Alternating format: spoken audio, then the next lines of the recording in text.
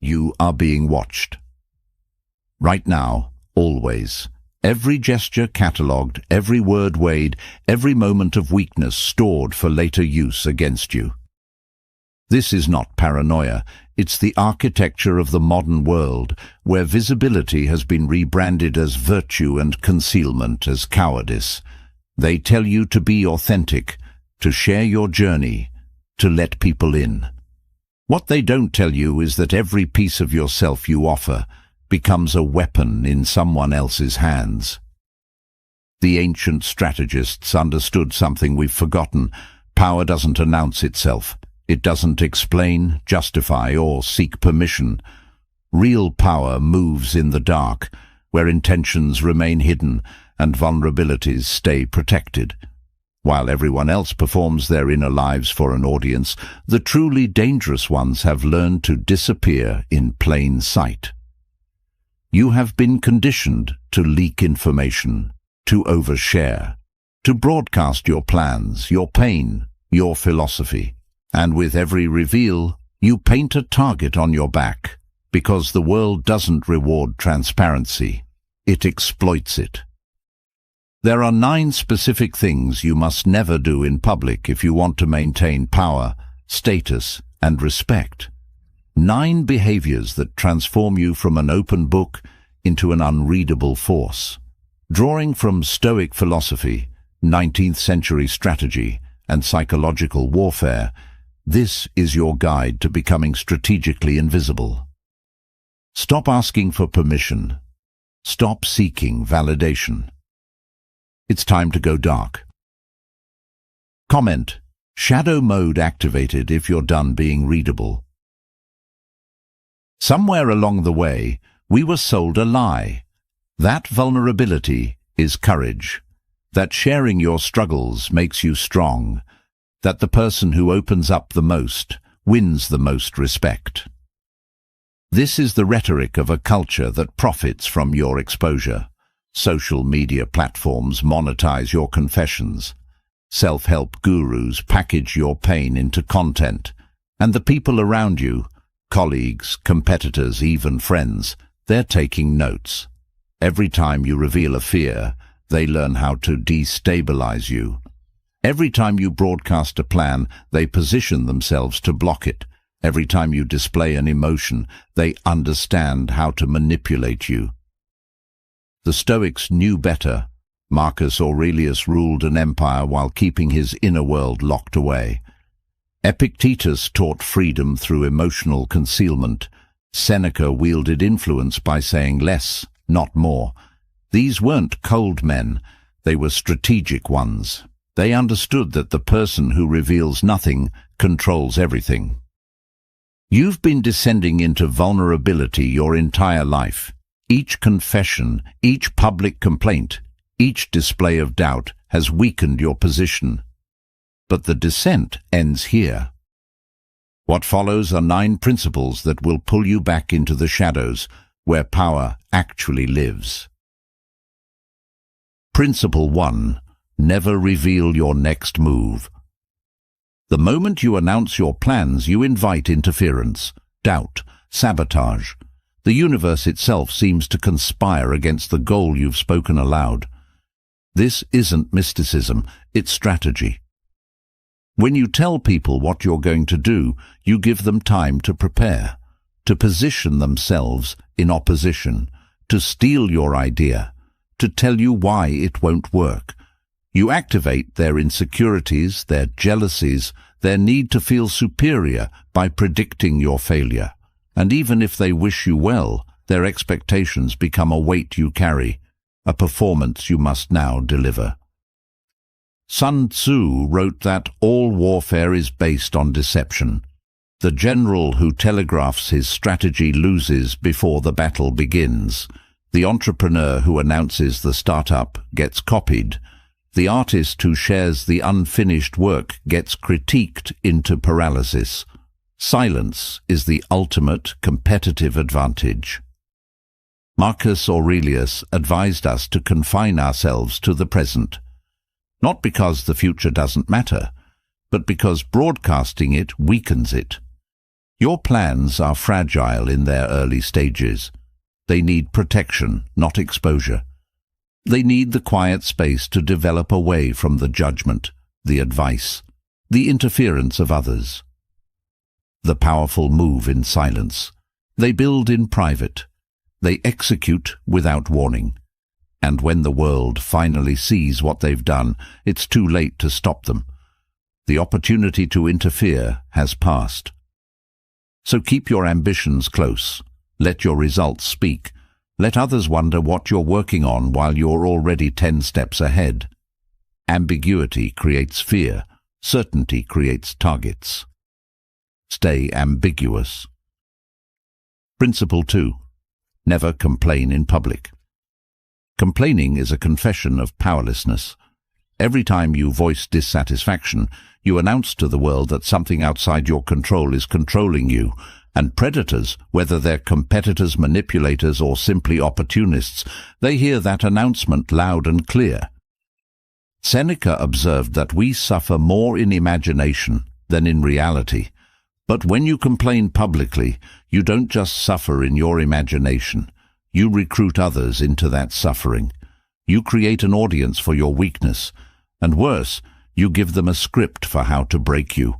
They learn exactly which buttons to push, which circumstances destabilize you, which frustrations render you ineffective.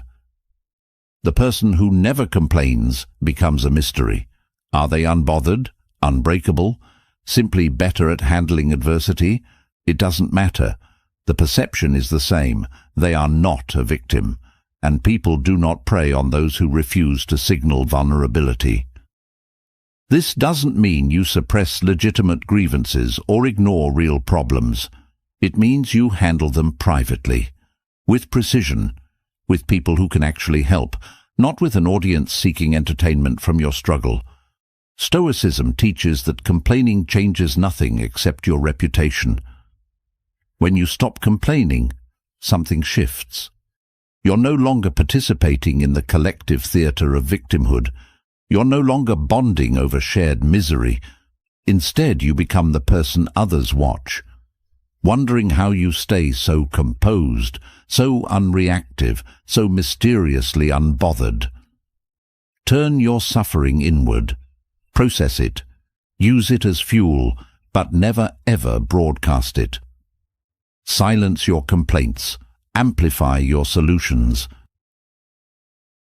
Principle 3. Never explain your philosophy. Epictetus said it plainly. Don't explain your philosophy, embody it.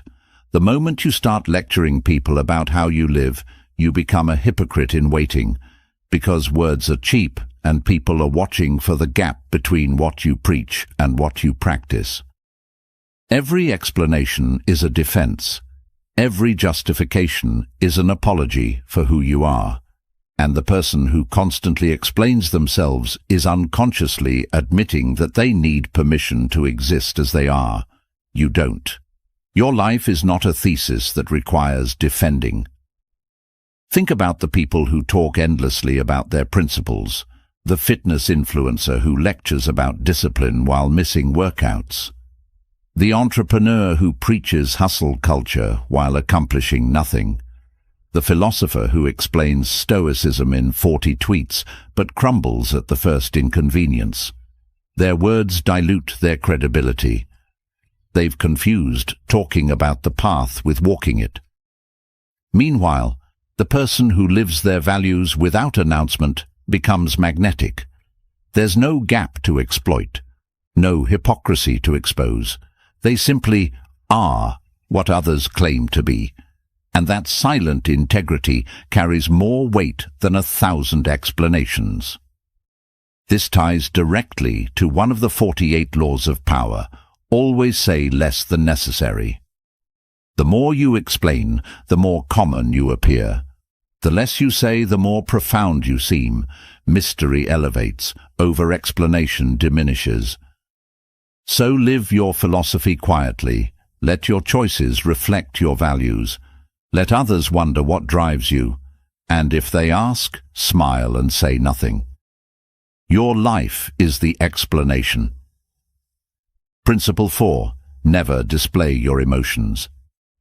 Your face is leaking data. Every expression of frustration, every flash of anger, every visible moment of fear, it's all information your enemies can use. And make no mistake, in a competitive world, everyone is studying you for weaknesses. Marcus Aurelius reminded himself constantly that he had power over his mind, not outside events.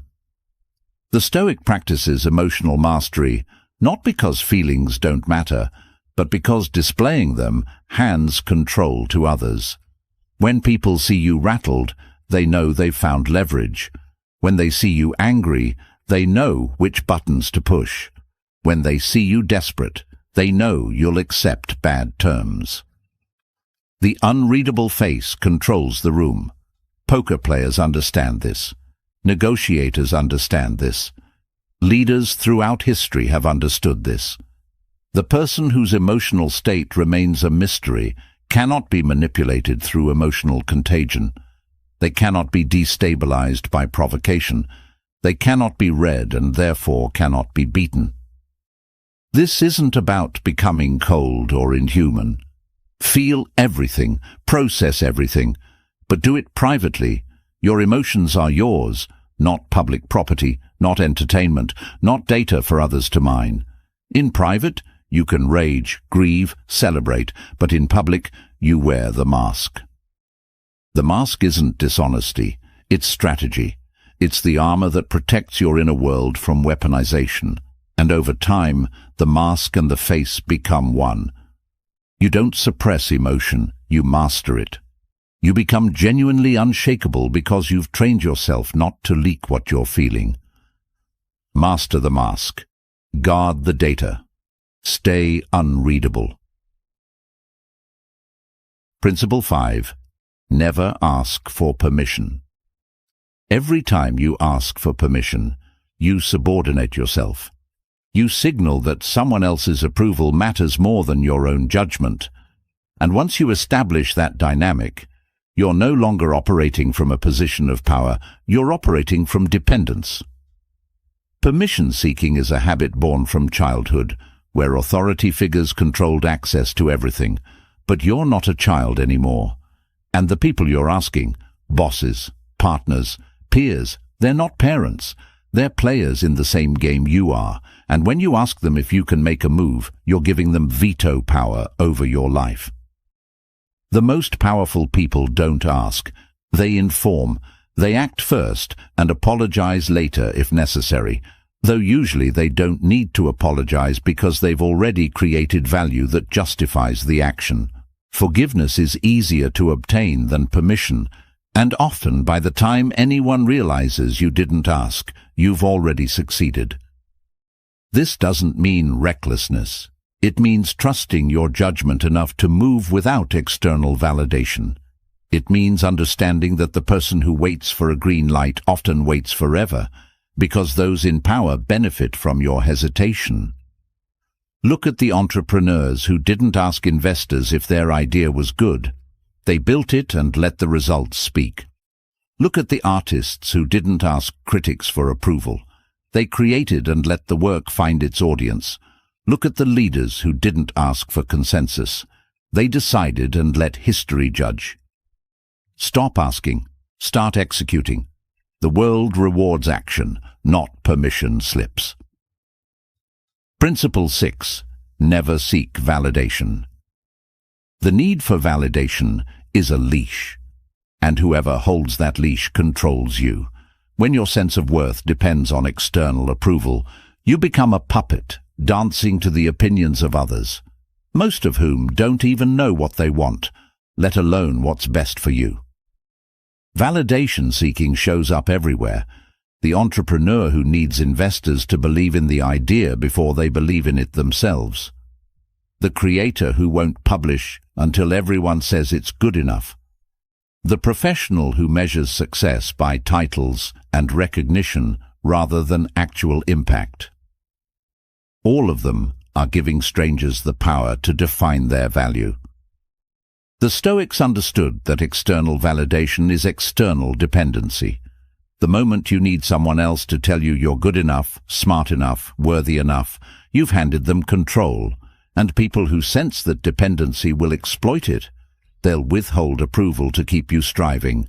They'll dangle recognition to keep you compliant. They'll make you perform for scraps of affirmation.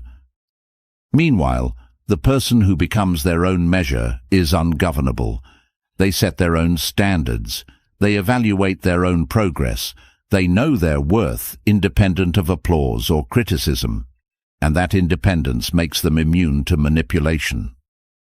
This doesn't mean ignoring all feedback. It means filtering feedback through your own judgment, rather than letting it dictate your self-concept.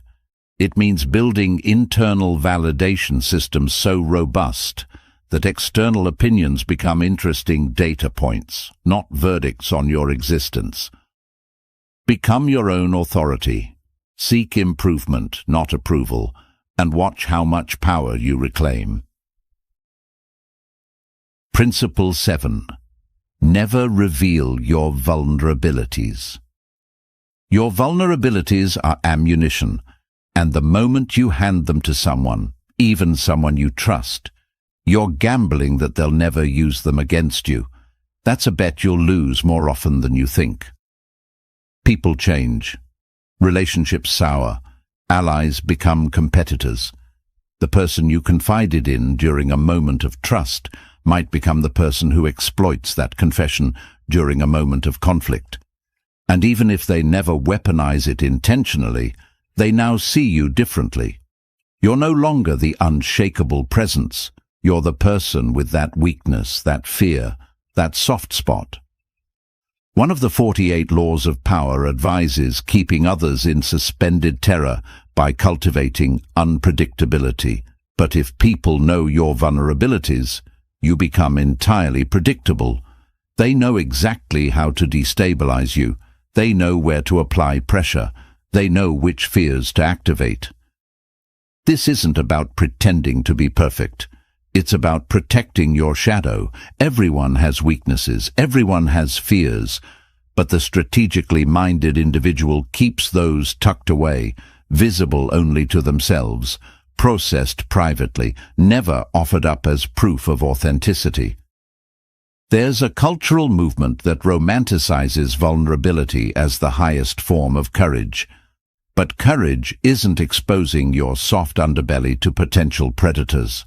Courage is carrying your burdens without burdening others. It's processing your pain without performing it. It's being human without being an open wound. Guard your shadow. Work on your vulnerabilities in private.